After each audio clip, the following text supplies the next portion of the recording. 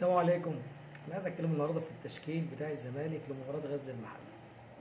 احنا امبارح اتكلمنا او انا اتكلمت على الاختراع بتاع بروف في كل مباراه وعدم ثبات التشكيل. النهارده فاجئنا بمفاجاه جديده خالص من مفاجآته اللي هو فعلا عدم ثبات التشكيل. بس الغريب بقى ان انا واللي مستغرب له ان الراجل لما واحد بيأدي عنده كويس الماتش اللي بعده ما يلعبش اساسي.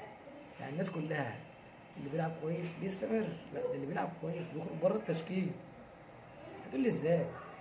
هقول لك الماتش اللي فات كله استغرب من تغيير المسلوسي ونزول عمر جابر مكانه، وده كانت نقطة تحويل المباراة لصالح النادي الأهلي وفاز وجاب 3 جوان.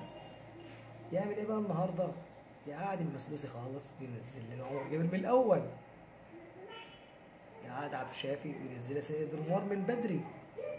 هو الراجل ده عايز مننا ايه؟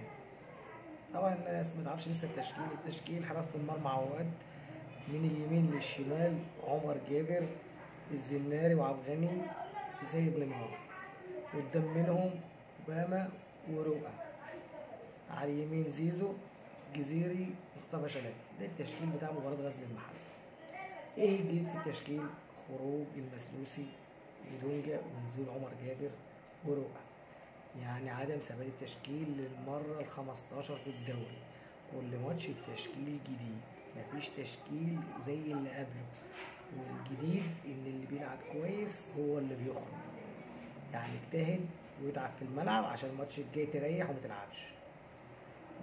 النهارده بيقول للاعيبه الزمالك اللي هيلعب كويس يعمل حسابه ان الماتش الجاي مش هيلعب. الراجل ده بيقول ان انا لازم انزلكم قاع الجدول. ما هو اللي بيعمله ده ما يدلش ان على حاجتين اتنين، ان انت يا هتنزل كل اسبوع درجه. احنا النهارده في الخامس، الاسبوع الجاي في السادس، الاسبوع الجاي في السابع، الاسبوع اللي بعده في الثامن. الثلاث مباريات ان اللي المجلس قال لك هنستنى الثلاث مباريات دول عشان نقرر او نصدر القرار اللي احنا اتخذناه. هو عارف القرار اللي هم اتخذوه، فقال له خلاص يا سيدي، طب انا هعمل ايه؟ الثلاث مباريات دول يبقى قابلني لو خدت منهم نقطة، وانا هخسرك الثلاث مباريات وورينا هتعمل ايه. انا عايز الشرط الجزائي بتاعي. بقى اللعب على المكشوف، تقدر تمشيني مشيني، بس ايه؟ اديني الشرط الجزائي وهخسرك. انا بقول لجمهور الزمالك، يعني انا بيتهيألي لو اي واحد بيتفرج على التشكيل وبيتفرج على اللعيبه هيحط التشكيل الف ب معروفه.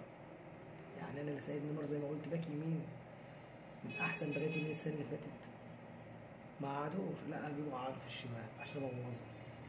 مصطفى شلبي جاي على غير نفسه زي ما بنقول، جاي برضه لعبه. انا هنستنى المباراه، بعد المباراه نتكلم وربنا يستر.